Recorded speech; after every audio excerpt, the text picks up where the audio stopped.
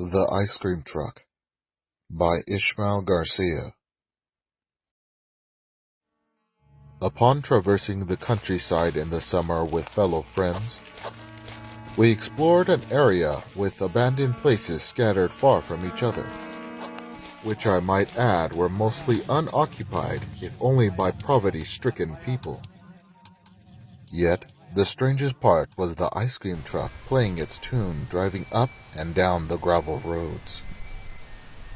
Fairly tall grass, which stretched across the hills and land, surrounded us.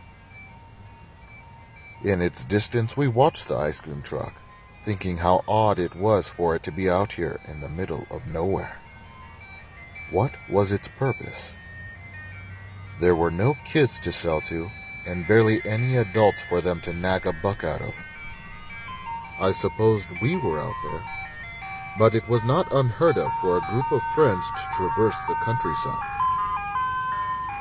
While walking a path which was unkept, we stumbled across a part of the land that was flooded. Only parts of the flooded area were visible before one would step into it, wandering beyond the path. Buildings in the area are built of bricks encased in concrete, and the only reason I knew the fact was because all the places were falling apart, revealing their inner works and design. We could enter these places through parts that obviously caved, and out of curiosity, we explored one which was rather big. Upon entrance, we heard a voice say, "You shouldn't be here."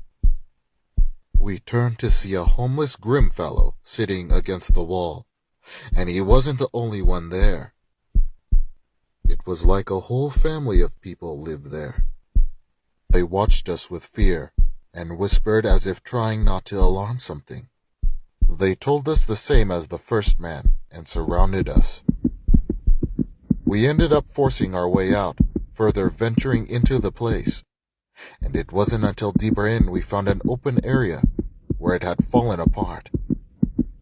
The light piercing in was evidence of an exit. Therefore, that was exactly what we aimed for. One man with an eager expression, who was missing teeth and bald, muttered, "You shouldn't have come here. It's not safe," after he grabbed me. So I ripped him off of me to back away and took my exit as well. The poverty-stricken folk didn't seem to follow us outside, as if they were in fear of leaving. And upon thinking back, they didn't seem to chase us, rather follow us more than anything. No matter, the situation was bizarre, and all we wanted was out. Thus, I came across a path that went through the flooded waters, which was barely enough above the water so that I could walk it. On the other side, I heard the echoes of my friends, so I crossed. But once across the long stretch, I couldn't catch sight of them. Believing I was aware of the direction they went, I traveled their way in hopes to catch up to them.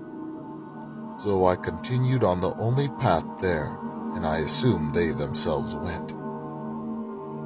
I was wrong, for when I went searching, I could not find them.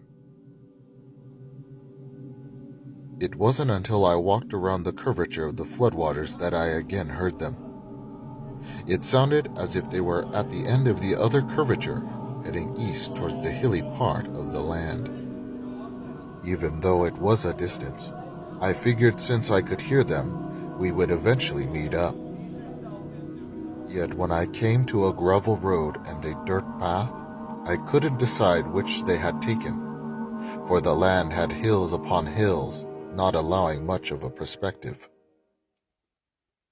Despite my quick decision, I chose the dirt path for different reasons, for in the distance I could hear the tune of the ice cream truck become increasingly volumed. Yet I could not see it over the hill which the gravel path led. At that moment I continued the dirt path over a sensation that I should not meet the ice cream truck. While I began walking the path, the ice cream truck descended, and I hoped it wouldn't pay any regard to me, but it did. Driving towards me, I ran, but no matter how fast I ran, I could never outrun the truck. I ended up coming to a place where the path stopped, and by the flooded part of the land. I halted, trying to decide what to do next. The truck stopped near me, so to catch a view of who or what would come out of the truck, I saw a humanoid with a neck as long as a giraffe's and full of rolls levitating towards me. I looked up at the long neck to find a half-exposed face as if it was peeking out of the fleshly mass, and just slightly enough so its snake eyes could see me. With its black hair floating, it reached out to me, so I panicked, looking for a way of departance, but it cornered me between the path and the flooded waters. Evidently, upon the eager tingling of my spine, I leaped into the floodwaters in hopes of escape, but before I could experience the outcome, I woke